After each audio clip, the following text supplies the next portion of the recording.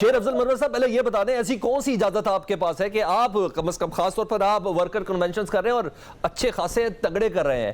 پہلا کنونشن جو ہم نے کیا وہ چارسدہ میں ہوا اور میں وہاں پہ گیا تو جہاں پہ ہمارا کنونشن ہونا تھا وہ ایک شادی ہال تھا، وہ ہم نے ریزرو کیا تھا، لیکن شادی ہال پر ہمارے پہنچنے سے پہلے ہی انہوں نے تالے لگا دیے، پولیس کی نفری بٹھا دی۔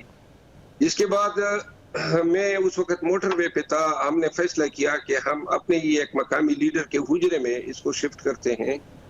تو وہاں پہ کرسیاں پہنچائی گئی اور جب کرسیاں لگائی جا رہی تھی کہ پولیس وہاں بھی آ گئی اور انہوں نے وہ کرسیاں اور وہ سارا جو سسٹم تھا اس کو ملیہ میٹ کیا۔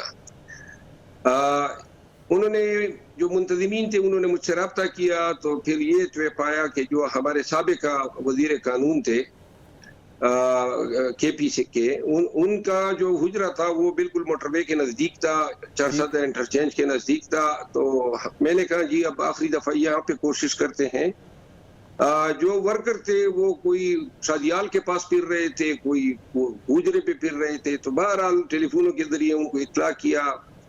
تو اس دوران جو ہیں ورکر کی تعداد بہت بڑی، جب 7-8 ہزار سے لوگ بڑھ گئے تو پھر پولیس کی تعداد 200-250 تھی، تو وہ پھر انہوں نے جو ہے پرہیز کیا۔ یعنی انتظامیہ نے تھوڑا پرہیز کیا آپ کو انٹرپٹ کرتے ہوئے۔ چلے آج اسلام آباد ہائی کورٹ کے چیف جسٹس ہیں جسٹس عامر فاروق صاحب، ان کا شاہ محمود قریشی صاحب کی ضمانت کے کیس میں اب ریٹن آرڈر سامنے آئے ہیں، تو انہوں نے کہا کہ جی چیئرمین پی ٹی آئی پر سزائے موت اور عمر قید کی دفعات ہیں اور سیم یہی پیرالل دفعات بھی شاہ محمود قریشی صاحب کے اوپر بھی لاگو ہوں گی۔ کیا ایسا ممکن ہے سیفر کیس میں چیئرمین پی ٹی آئی اور شاہ محمود قریشی صاحب کو سزائے موت یا عمر قید ہو سکتی ہے؟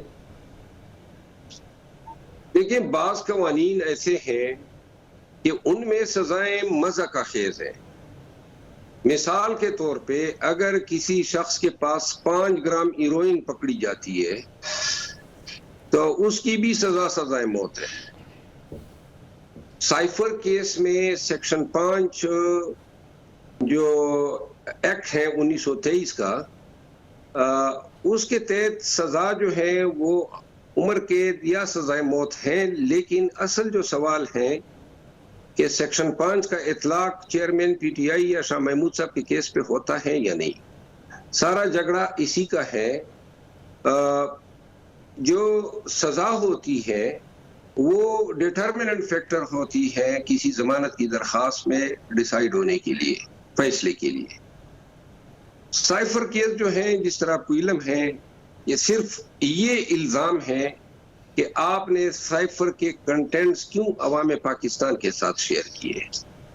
اب اگر وزیر اعظم کو کسی امریکی پیغام کے نتیجے میں چلتا کیا جا رہا ہے تو آپ عوام پاکستان سے یہ حق چھیننا چاہتے ہیں کہ عوام کو یہ جانکاری بھی نہ ہو یا وزیر اعظم ان کو یہ بتا بھی نہ سکے کہ جی آپ کے ووٹوں سے منتخب شدہ حکومت جو ہے وہ اس پیغام کے نتیجے میں رخصت ہو رہی ہے۔ تو لہٰذا الزام انتہائی مزہ کا خیز ہیں۔ یہ آفیشل سیکرٹ ایکٹ اٹریکٹ ہی نہیں ہوتا ہے، سیاسی کیس ہیں۔ یعنی آپ لوگ سپریم کورٹ کی طرف دیکھ رہے ہیں کہ جو درخواستیں ادھر کی ہیں اور اب جن کی تاریخ بھی لگی تو وہی انٹرٹین کریں تو کریں؟ جی سپریم کورٹ میں جو ہے وہ آپ کو پتہ لگ جائے گا پورے پاکستان کو بھی، چونکہ اسلام آباد میں عدالتوں سے انصاف کی توقع نہ ہونے کے برابر ہے، تو لہٰذا ان فیصلوں کو ہم منصفانہ فیصلوں کے طور پہ نہیں دیکھ رہے ہیں، بلکہ ٹینٹڈ وتھ میلافائڈی یا جو ہم سمجھتے ہیں کہ باعث کی وجہ سے خان کو ضمانت نہیں دی گئی ہے۔ اچھا